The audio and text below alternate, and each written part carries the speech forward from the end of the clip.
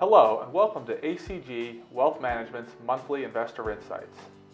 Well, Jimmy, it was another choppy month for the S&P 500 and for the markets. Yeah, that's right. The S&P 500 lost 3%. At one point it hit correction territory, which is defined as the index being down more than 10% from its all-time highs. Yeah, the positive was small and mid caps did a good job. They were positive by over 1%.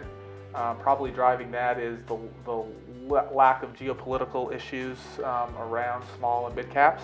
On the other side, we had the energy sector. Yeah, absolutely. Value outperformed growth once again, as it did in January, led by the energy sector, up 28% year to date. Unfortunately for investors, the energy sector is only 4% of the S&P 500. On the other side, you saw interest rates continue to tick higher and bond prices continue to fall lower. You know, Bobby, obviously news outlets have been primarily focused in February on Russia's invasion of Ukraine.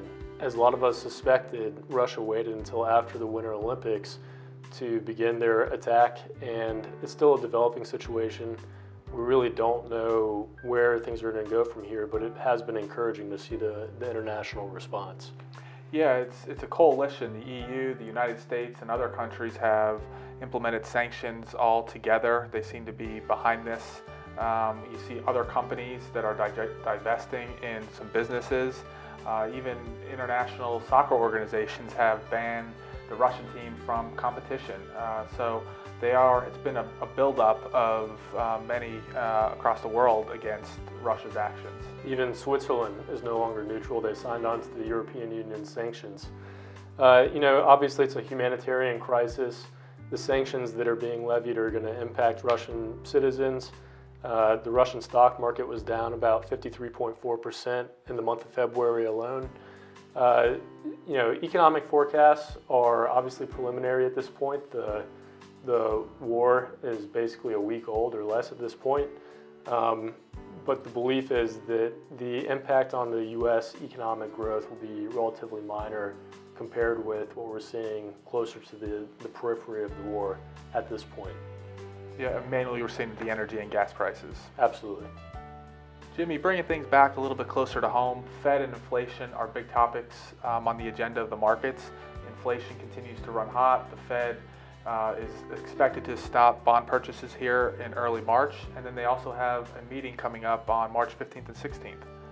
Yeah, before Russia invaded Ukraine earlier in February, there was generally believed a high probability that the Fed would hike 50 basis points at their meeting in March, but that is now viewed as off the table.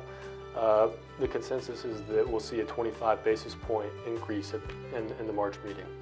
Yeah, historically, if you saw tensions like this flare up and the market's selling off, the Fed would have the flexibility to maybe slow interest rate hikes. But with inflation continuing on the path that it is, the Fed has a tough spot over the next couple of months, and Sure. The markets will be watching that to make sure that they could tame inflation, but also raise rates in order to do that while keeping the market and the economy moving.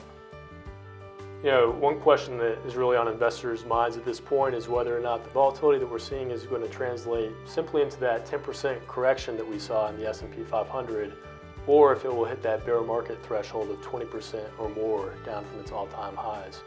History has shown that markets tend to recover much more quickly if we only hit that correction mark instead of if we go all the way down to 20% or more.